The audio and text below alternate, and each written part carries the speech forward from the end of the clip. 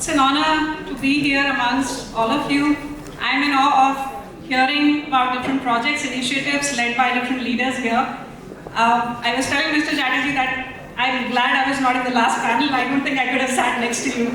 Hearing everything that you all have been doing, I just feel that we're taking baby steps in what we're doing. But I think what binds all of us together is the intent. Is the intent to give back to the communities where we operate, communities which are needy, which are unserved. I think that's the backbone of what everybody does here. It's a wonderful platform that Ash Foundation has brought us together to today. Industry, academia, NGOs. I think none of us can run this standalone. So it's wonderful that we are coming together, thinking about what we can do more, how we can support these communities better. I think I'd like to represent my organization. I come from a company called TELUS International. We're an IT solutions and services organization primarily based out of Noida. We have presence in Gurgaon, Bangalore, Mumbai, and we just started a small site in Gandhinagar.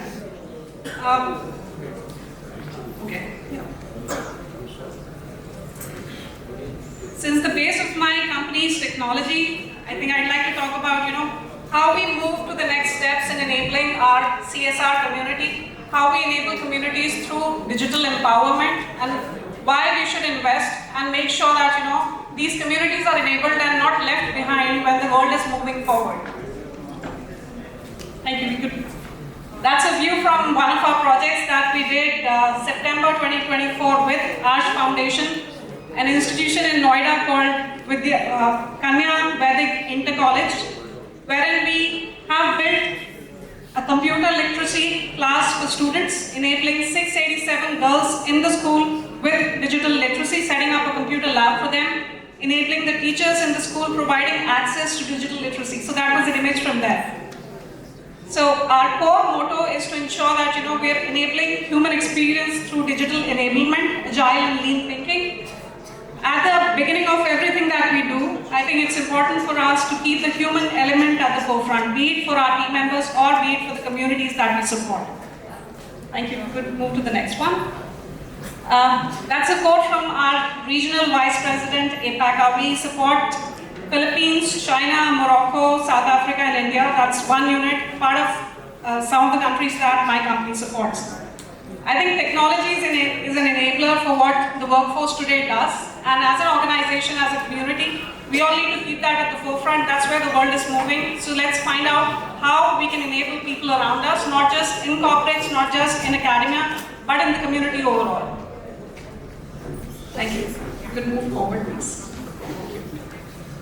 We believe in creating a culture value chain. When we say culture value chain, we need to start with engaging our people right, engaging our team members in a way that we're valuing what they bring to the corporates, what they do for the communities, in turn supporting the communities around, which in turn supports community contribution. So our organization, when we do the 2% contribution to the community, in turn we encourage our team members to do what I think one of us said, ISR.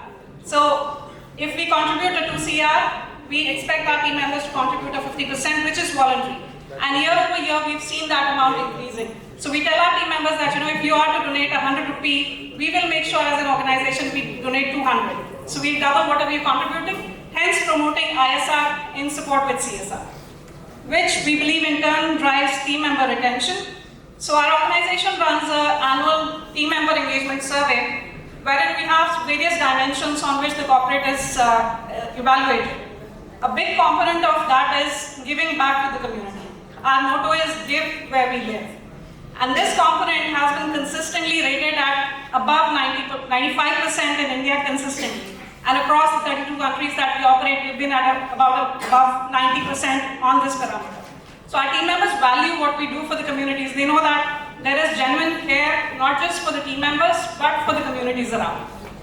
Which in turn drives end customer satisfaction. If you have happy, engaged team members who believe that you're not just valuing them, but the communities around, it drives a very high engagement rate, and the end customer would be happier when they're servicing them. And then, of course, it leads to growth. So I think one of the leaders here pointed people, planet, and profits.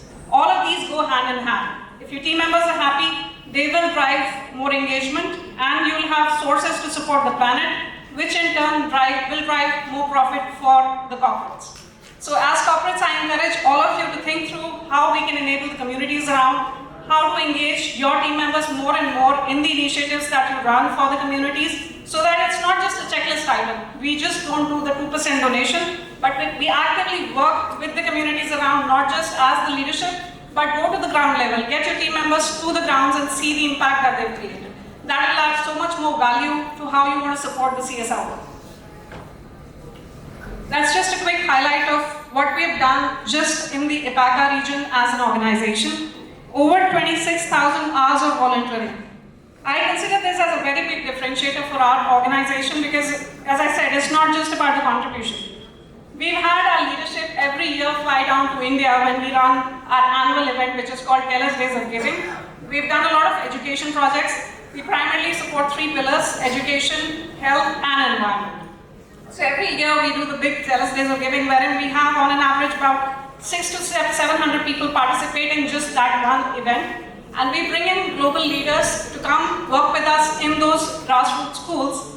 We've built walls, we've painted chairs, we've done refurbishment activities, built those computer labs. Every school that we've worked with, we've donated laptops, built computer labs, trained computer teachers, supported them with the funding for those teachers, ensuring that we're supporting digital literacy as well in these schools. And that volunteering is a big element of how you drive overall community engagement. It is not just some of us going there, but then inviting our team members, telling them to be there, understand, what conditions are people living in. It's selfless work, and at the end of the day, you'll feel so much happy and empowered with what you've done for the communities. 10,000 plus unique volunteers across different events. There are people, of course, who are always consistent in all the events, but 10,000 plus unique volunteers. 95 CSR activities, and this is unique events that we've done at these schools, or tree plantation activities, so 95 unique activities. 9,000 plus trees planted and 48,900 beneficiaries, and this is the report for 2024. So every year we target on increasing the number with the support of our CSR board, and that's just a glimpse of what has been done for EPACA, but then we have a global presence. You'll see a similar report for all other countries where we operate. This is a very special project that I love to talk about. Project Samika. The word Samika stands for gender equality. We've been supporting a lot of NGOs with funding for education for several years now. There is this small NGO in Noida, in a place called Nithari. I don't know how many of you are OTT followers. There's this new movie on OTT starring Vikrant Massey called Sector 26. If you've seen that movie, you would know that Nithari, I think about 10 years back, was infamous for some bad incidents that happened, particularly with children in that area. I don't wish to talk about it because it has been very disturbing. If you watch that movie at night, you'll not be able to sleep. So anybody goes to watch that movie, I tell them, watch it during the daytime. So this was a community wherein you have a lot of rickshaw pullers, their mothers work as housemaids, mill workers, daily wage earners. This community did not have resources to get kids to the school. Setu, the NGO, they started a small center there, and we started funding education for kids in that community. First few years were very challenging considering those incidents in Nithari. The parents were very, very worried, and they wouldn't even want the kids to step out of their houses, despite of the government taking action and everything being stopped there. We kept pushing, and gradually the number of kids in that school started increasing. Last few years, when we see the assessment of the investment in the school, we realized that towards standard 9th, 10th, we would see a huge dip in the number of students who were in that school, and this is a girl-based center. And when we speak to the parents, we realize that these girls have been pulled either into their parents' profession or being taken back to take care of the girl child, the younger siblings at home, or unfortunately some of them getting married very, very early, even though it's not legal, but in some of those communities, unfortunately, it is still happening. At the age of 14, 15, they would get these girls married. And in about 2 years, the girl would have a baby. So there's no future, they're just taking care of the child, sitting in the house, that's all that was happening. So we kept thinking that, how is it that we can change what is happening in that school? 3 years back, and my company has been growing in the way of acquisitions, if I can tell you. We were into digital work, and then we started a BPO wing. 4 years back, we acquired a company which was into core AI work. There is base level work in AI which is called data labeling. And if I can explain you in simple terms, for instance, self-driving cars. When these cars look at the back-end data, there's something inbuilt in that car which tells it that, here's a zebra crossing, here's a red light, this is where you stop. There's a lot of manual data that gets into that technology. So data labeling is the work that supports that technology. We hired 22 girls from this school, and before that, these girls were given a Microsoft Skills certification. We also started a vocational skill center with the school, wherein these girls were taught work in different areas through which we thought that they'll be able to find a source of employment, and IT Skills Center being one of them. So they were taught a little bit of Microsoft Excel, Microsoft Email, and these are girls who had no access to computers or smartphones or any kind of technology at all because of the backgrounds they were from. So we got them trained on the IT certification, and then 3 years back, we hired 22 girls from this skill center and trained them on data labeling. So typically, and this is a billable project and the company runs for profit. So obviously, we also had questions on whether we'll be profitable in this project or not. Thankfully, our leadership, because they have so much focus on ensuring that the communities are uplifted, they supported us. They said that you can go ahead and invest as much as you want, but we want the project to be successful. So we kept pushing through. So typically, data annotators take about 2 weeks to come to proficiency. With this project, it took us about 4 months, and by the end of the 5th month, these girls were at a 99% proficiency in the precisioning, in the tagging of those data labels that they were supposed to do.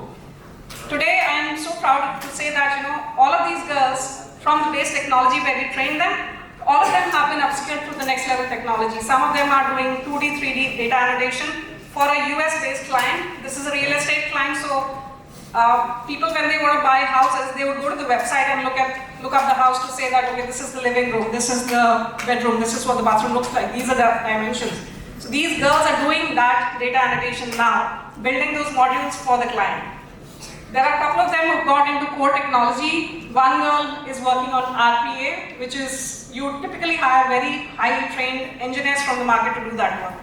There's one who's doing Java coding. There are 2 girls who are doing data monitoring, core tech support work. So somebody who did not have access to education was brought into learning IT despite of not having any access to any smart devices, and then they've got into this kind of an employment. So for us, this project meant generational community impact, not just impacting that one girl or one family, but then changing the mindset of the entire community. One, that the girl child is not a liability, it's not just another mouth to feed, but it can be 2 hands bringing more money into the household and uplifting the household. So we've seen with these 22 girls, there are more and more people approaching us on can they be enrolled in similar programs. There are people, neighbors of these girls approaching them that, can you help me get enrolled in Microsoft training? Can I accompany you to the office? A big part of this was also challenging in the sense that, we support clients which are US and Canada based primarily, so the shifts were a big challenge. Everybody works in night shifts. And from an environment where these girls had a tough time getting to the school, bringing them out of the community to our work site, and then engaging parents to say that the girls now need to work night shifts. That was a bit of a challenge.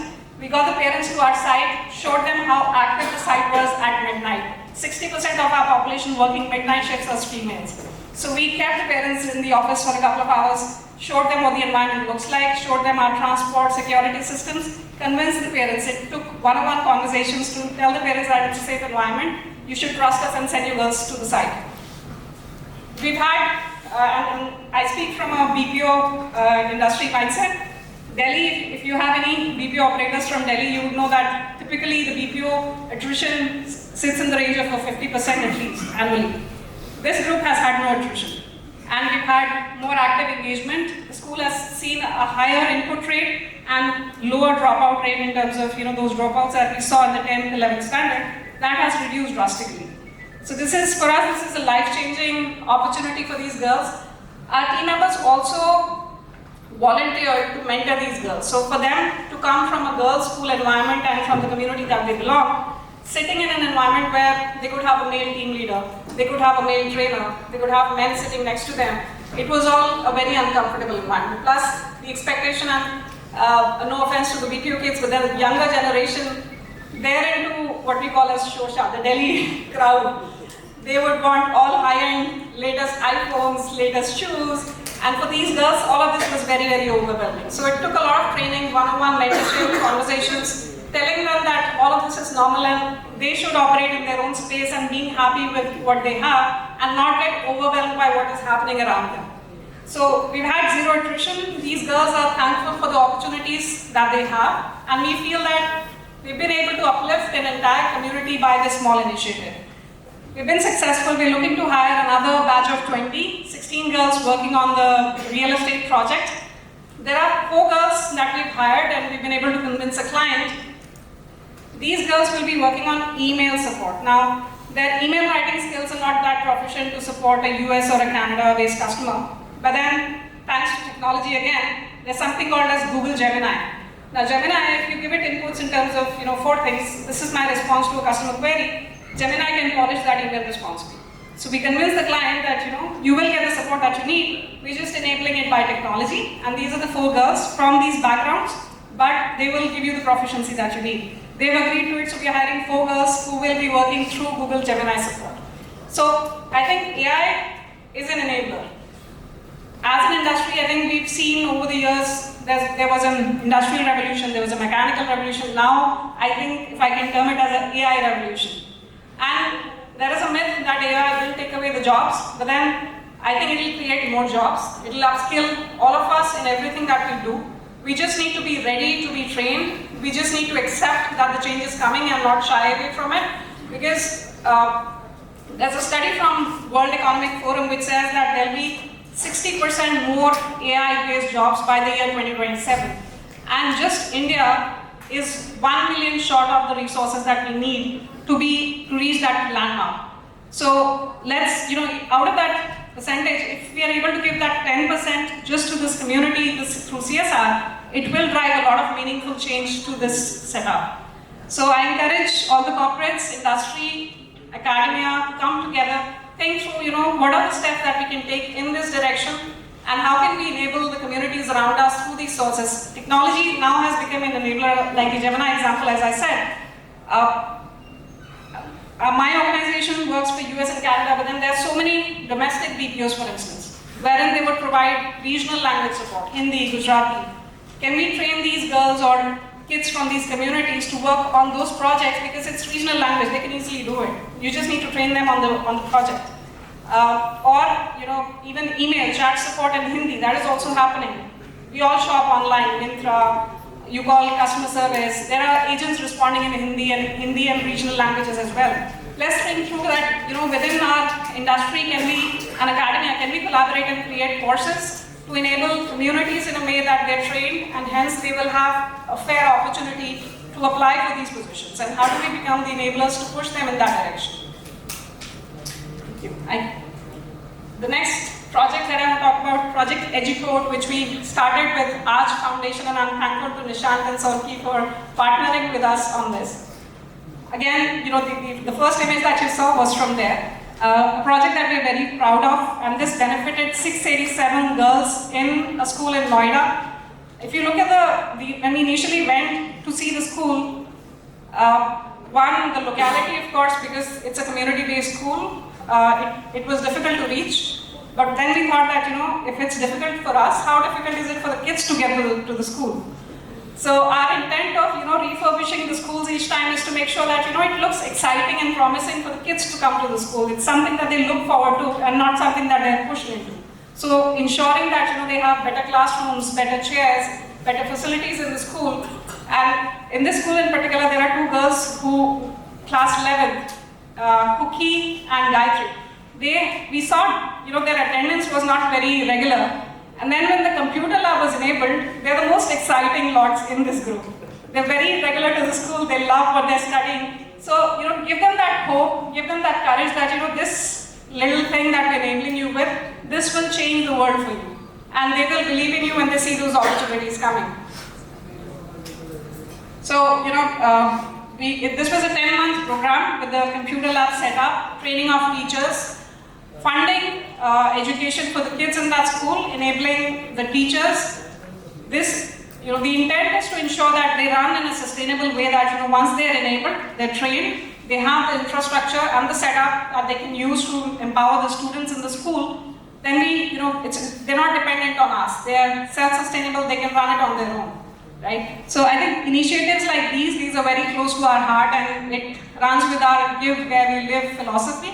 And I'm proud that all of our team members are actively engaged in these initiatives and support the cause of giving back to the society. I think that's all that I had. So humanity in the loop again, every decision that we take as individuals, as corporates, it's important to keep the human element in the front. Whatever you're doing, how does it impact people around you, be it within your organization or outside your organization? I think that is the base, and I believe that is why all of us have gathered here today.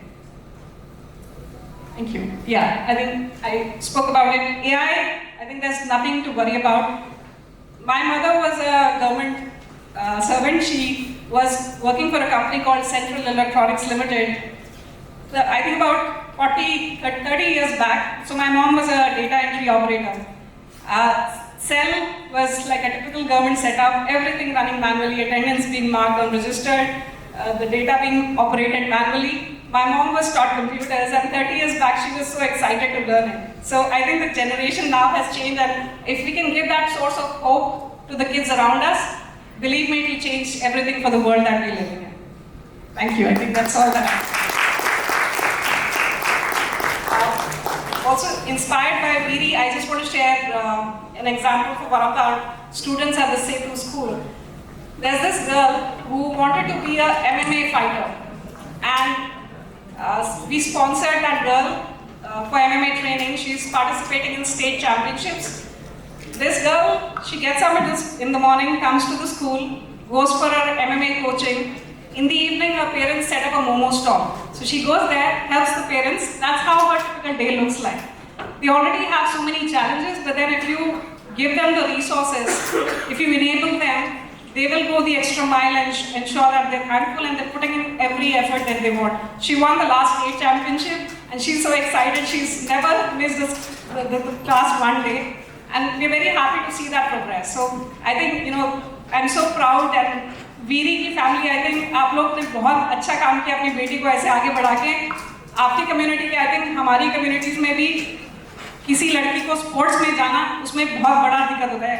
The family is not happy. शादी कैसे होगी, बाकी काम कब करोगी, घर के काम कब करोगी, पढ़ोगी कब, ये सब क्वेश्चंस आते हैं. मगर आप लोगों ने जो हिम्मत दिखाई है, बहुत मुश्किल होता है, पर आप बहुत अच्छा कर रहे हो अपने बच्चों के लिए, और आप देखोगे कि आपकी जिंदगी कैसे बदलेगी इससे. Thank you. Thank you so much, Deepika ma'am. Thank you so much. We would request you to please join us on the stage, and it is time we would like to introduce and request our moderator to please now join us on the stage. We have with us Mr. Himadri Sinha, co-founder and managing partner at Countrywide Learning Solutions. He is a seasoned L&D and business consultant with over 27 years of global experience. He has designed impactful learning solutions for Fortune 500 companies and coached professionals across over 72 nationalities, driving transformation and growth. We are all set for the tech talk with the moderator, and over to you, sir and ma'am.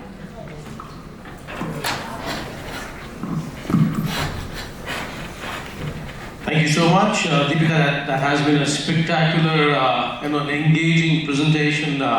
We met yesterday. We were talking about Samika a couple of days back in a virtual, engagement. But a lot of people do get perturbed कि AI है क्या? कोई कहता है artificial intelligence, कोई कहता है अद्भुत innovation. Elon Musk कहता है कि आपत्तिजनक innovation. But then, what exactly this is going to bring around? Multiple things are happening, and she just mentioned 1760s kind of industrial revolution to the convergence of tech today, and how would AI skilling, so the concept that we're trying to just understand through our experience, AI skilling, primarily we all understand, it took the telephone to reach 50 million in 75 years. It took ChatGPT just 2 months to reach 50 million users. Pokemon Go took 19 days to reach 50 million users. But given that background, Deepika, just a small question. We speak about AI and you have your BPO as an example. How can Samika be scaled? Because the numbers currently we've got in the room today, how would you want the collaboration to happen with the local governments, with the NGOs, with the corporates, and given the entire data that you have, the study that you've done, the research that you've picked up, and you mentioned that there's a zero attrition rate, how can we collaborate, or how can somebody sitting here come to you to engage Samika as a scalable project? So if you can just put in a few points, how can we work on that with you? Thank you. When we started Samika, the investment again was a question because we knew it would take time. It would not be as easy as hiring regular employees. Some of the initiatives from the government have been very, very promising in this idea, I would say. We started hiring these girls as apprentices. The government has made apprenticeship mandate for the corporates. The apprenticeship investment cost is not that high, and it gives you the ability to run these programs for a longer duration if the training need is such. So I would encourage that, let's use that apprenticeship mandate, and I use that to convince my leadership to say that, we anyways have to do the apprenticeship, so why not invest in the apprenticeship through this project? So let's make use of the resources government has made available to us. From an industry and academic collaboration perspective, I would say that, let's think through training modules that we can create to enable projects like Samika. There can be training done on basic BPO work, as I was saying. It could be voice support that you're providing to the domestic customers. International will be a little difficult considering the language challenges, at least in terms of voice support for the time being, I would say. We've seen some of these girls come up the curve, and I'm so proud to say that, some of them we have these quarterly recognition events where we recognize our top performers. And some of these girls are consistently on that platform being recognized next to the engineers that we're hiring. So if you invest in the right training resources, I think you can change how the world is looking around these things, and we're thinking that, how do you enable certain communities? Invest in terms of, how do we make these job options easily accessible to them by training them in the right spirit. And for corporates, I think funding in that direction is much needed. Funding on AI-based, NGOs which are doing AI-based trainings, let's fund them to support those training initiatives as well. That will be the key to ensuring that the skills are developed and we are investing in the right direction. Thank you. एक प्रश्न आया था जब आपने presentation दिया, तो एक प्रश्न मेरे मन में आया था। आपने कहा कि ये जो समीका का the area where it was delivered is Nithari. इन्होंने कहा कि निठारी के बारे में बताना ही आपकी रूह कांप जाएगी। बहुत बच्चों को वहाँ पे मारा गया था, and then there was a huge hue and cry। Nithari, अगर आप सिर्फ निठारी डालेंगे, सर्च करेंगे तो निठारी में सिर्फ एक ही नाम आएगा, मोहिंदर। Now निठारी जैसी जगह में अगर आप इसको सफल बना पाए, I think a lot would have been invested in convincing the parents. What went into doing that? How did Samika actually come around? I'm sure it is not about money, it's not about presenting a report, or it's not about compliance. When we look at what the corporates around, many people are at the same stage in the space as you, but not everybody will figure out how to get a Samika done. So what went into creating that? Second, what went into convincing a parent to send up a girl late in the night? थोड़ा सा अगर आप share कर पाए, शायद हमारे पास यहाँ पे कुछ लोग होंगे who might be in the same boat, a predicament that how do I get this happening? If you can just help us with that. So, as a part of our employee engagement, we run a lot of events for our employees on site. One of them being a family day, wherein we bring our families to the site.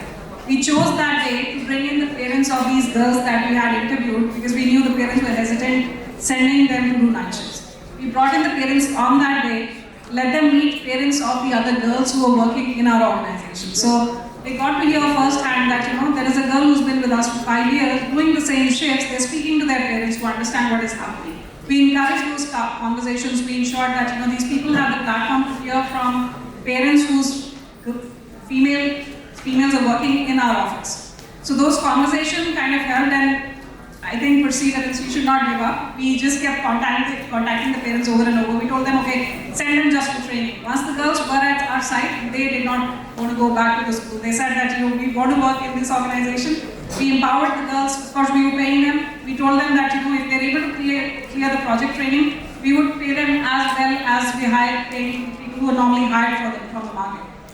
Most of these girls are today the primary bread earners in their household. So that changed what was happening in the community. Now instead of the father being the primary bread earner, it's the girl, the female child, and now we're getting their siblings enrolled in the school for the same course. Because the parents now can see what difference has this girl brought to my household.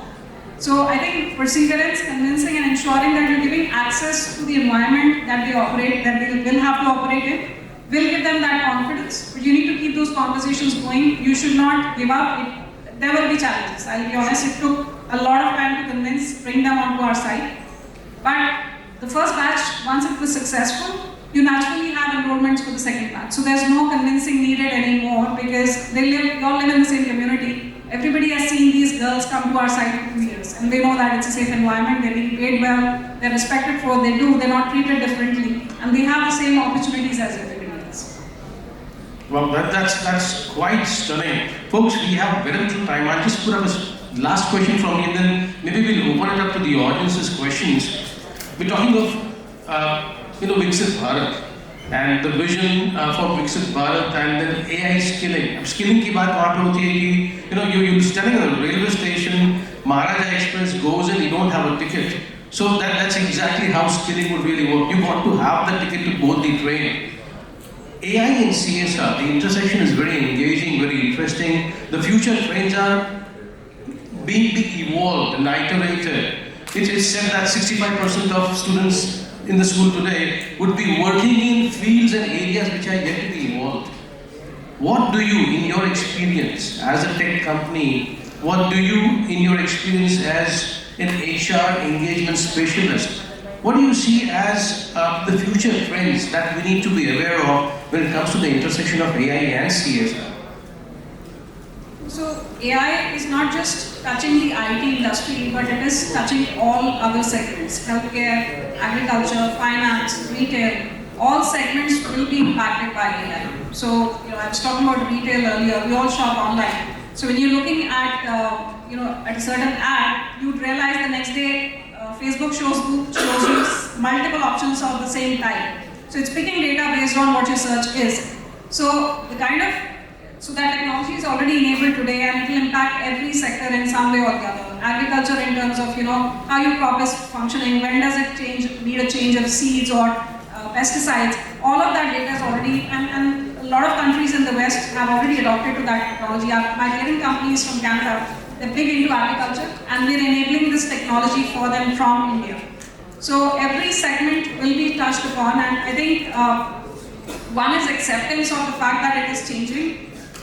Training yourself, being willing to reskill yourself and upskill what you're doing, that is important. Being open to it, and I'm saying not just CSR, even the corporates. There's a lot of hesitation thinking that we have agents who are taking calls today and they think that tomorrow my own company, one segment of it is doing automation.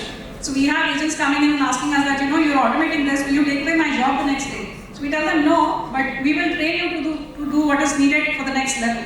Right? So today when an agent searches for a solution and this is an improved thing that I'm talking about.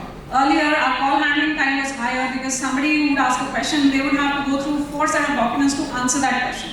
Today with the AI enablement, it takes seconds to get that response. The agent just has to put a query and it picks data from 4 documents and tells them that this is the response. So we tell our agents that this is how we are enabling you. So it's no different that from a community to what is happening in the industry, everybody is worried about what AI is going to do. But from what we've experienced, it is only going to become an enabler for you to do a better job and a simpler job and a smarter job, I would say. So I think that gap can be bridged by ensuring that one, we are open and accepting what is changing, providing forums to train people on what is coming, and for corporates to enable, for NGOs to enable the communities in terms of funding in the right direction and ensuring that there is clear assessment of what is the impact of these fundings and does it give you the return that you expect from that project. I think those initiatives would be very, very helpful, and collaboration of industry academia moving in that direction is also key. Sure. Thank you very much. Do we, just a yes or no question, do we see TELUS coming into Gujarat anytime soon with something similar to Samika? So we have started a site in Gandhinagar. We're just building floors right now. We have hired about 150 people already. The target is to get to 500 by June. And we are actively pitching the site to our new customers. When I see the crowd, and this was a comment from our regional VP as well, when I see the crowd, and no offense to people from Delhi, Noida, I'm from there, so I speak for myself as well. The workforce is very, very different. People here, I think it's a cultural thing from the state, and I applaud all of you who are locals. You've kept that root intact, you've kept those values intact in your kids, and we see when they come to the sites, there's a huge difference in the way they interact, the way they keep the site. Just, even common sense of how you should upkeep the site. It is very different from what you would experience in Delhi and Noida. So from that standpoint, we're very proud of how the site has come up, the kind of culture that people bring to the site. And we look to expand the pitching actively, and I was speaking to Mr. Mehta on the skilling initiative that he was talking about for the BPOs. We'll be very keen to partner and see that, are there NGOs who are working on skilling people from these communities, and maybe we can expand Samika to Gandhinagar as well. We would love to do that. So I guess good things in store for all of us. Anybody would like to put up a question to Deepika on AI skilling tech for the next couple of years? What is in store for each of us? So maybe you can just put up a question to her. Can we have a mic for ma'am here? Hi, thanks. I'm Pallavi. I'm based in Gujarat and work with this organization called Uthan. I've been in the social sector for the last 2 decades now. I think I really appreciate your presentation. I don't have a question, I think, but I was very happy to hear this initiative. Talking about Samika. I think when we speak of collaborations, what would be so useful is, for example, we work with communities in coastal Gujarat. And these are very small fisher folk who are into food fishing. And because of climate change and the impact, the catch is totally reduced. Now, so these communities are already really out of work and unable to really make their livelihoods. So on one hand, when we look for skilling options, one is, so somebody else also spoke about upskilling, which is important. When we know something, how we can improve that. But there are many communities who are facing total lack of being able to continue in the existing occupations. So I think in these kind of sectors, bringing in new skilling, which could also make the communities future ready, is something which could be really useful, and I'd love to explore conversation. That's a great food for thought. Pallavi, thank you. I think that's a very valid point that you bring forward. And when I was touching upon skilling, because the topic was AI, I was just talking about technology skilling, but I think, like our organization has multiple other skilling courses which are more closer to the skills that people already have, and we just figure out how to develop it further and make sure that they have employment opportunities then through that. So we would be interested if the NGOs here have an idea on, like the fisherman community you said, on what skills can be developed for them and what job occupations might be closest to what they're doing. Maybe something in the water conservation field, right? So let's figure out what can be done, but I agree there has to be investment in these communities as well.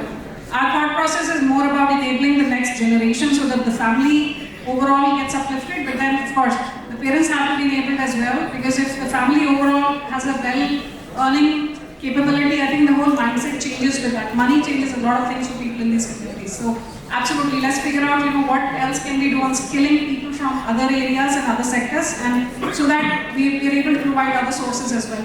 Yes. Thank you. We are just about 58 minutes ahead of schedule.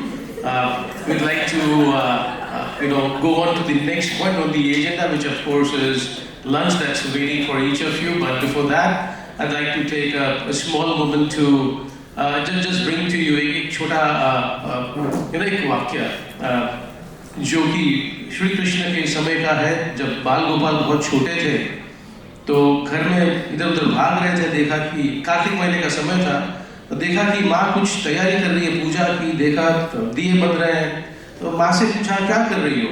तो कार्तिक महीने में माताएं पूजा करती है अपने बच्चों के स्वास्थ्य के लिए और उनकी रक्षा के लिए। तो कहा कि मैं पूजा की तैयारी कर रही हूँ। तो कहा कि कहाँ जाओगी पूजा करने। तो यशोदा मैया ने कहा मैं जाऊंगी तुम्हारी यमुना के पास, तो मैं भी आऊँगा। तो माता कहती है मैं बच्चों को नहीं लेके जा सकते वहाँ पे, आई कैन टेक यू, मैं तो आऊँगा। कान्हा का तो कोई रोक नहीं पाया, वो भी चल लिए वहाँ पे। अब पूजा करते समय पत्तों के ऊपर दिए रख के पत्ते बहाती हैं और जो कामनाएं करती हैं माताएं, वो कामना करनी थी। तो यशोदा मैया तो पूजा में लग गई, दिए बह रहे। थोड़े समय के बाद देखा तो कान्हा के दिखा नहीं उनको। थोड़ी चिंतित हुई तो देखा नदी के बीच में जाके कान्हा खड़ा है और वो कुछ कर रहा था। वो दिए जो आगे माताओं ने बहाए थे, उन दियों को पकड़ के वो किनारे रख रहे थे। तो माँ ऑब्जर्व करके बोलती है कान्हा तू क्या कर रहा है। बोला माँ मैं दियों को किनारे पर रख रहा हूँ। तो माँ कहती है दिए और भी तो तेरे अगल बगल से जा रहे हैं, तू तो उन्हीं को पकड़ रहा है, तो तेरे तक आ रहे हैं। तो कान्हा जी का जवाब बहुत it was a brilliant response. He said, माँ मैं तो उसी को किनारे लगा सकता हूँ जो मुझ तक आएगा। But that is what Kanha said. I think Arts Foundation, Karan, and the father of India's CSR policy, these are all Kanhas for us. We need to be there with them. हमारी नया के किनारे ये लोग लगा ही देंगे बहुत अच्छे से। So I'd like to thank Nishan Bhai, Sonki, the entire Arts Foundation, all the speakers on the panel here. And sir, thank you so much for dedicating your entire life now, the next 5 decades of your life to the mission that you picked up. And we do hope that sometime in the years to come, you'd be able to celebrate what you kick-started in a grand manner. Thank you so much for coming over to Baroda, and everyone from outside. आप जहाँ से भी आए, thanks a lot for making Baroda proud for hosting its first ever CSR conclave. અને ખાસ કર ચારણ કાના જે પરિવારજનો છે, વિધિના પરિવારજનો જે અહીંયા આવ્યા છે, આપ બધાને ખૂબ ખૂબ અભિનંદન અને તમારો ખૂબ ખૂબ આભાર કે અહીંયા સમય કાઢીને આવ્યા છો. અમારા માટે બહુ મોટું ઇન્સ્પિરેશન, બહુ મોટું વીરી અમારા માટે બહુ મોટી પ્રેરણા થઈ ગઈ છે આજે. સો વીરી ભવિષ્યમાં તારી મેચ જોવા અમે લોકો આવીશું. રગ્બી એકવાર સ્કૂલમાં જોયું હતું, પણ રગ્બી રમતી છોકરી આજે પહેલી વાર જોઈ. સો thanks a lot four coming and over to you. Thank you so much. Thank you so much. We were requested to please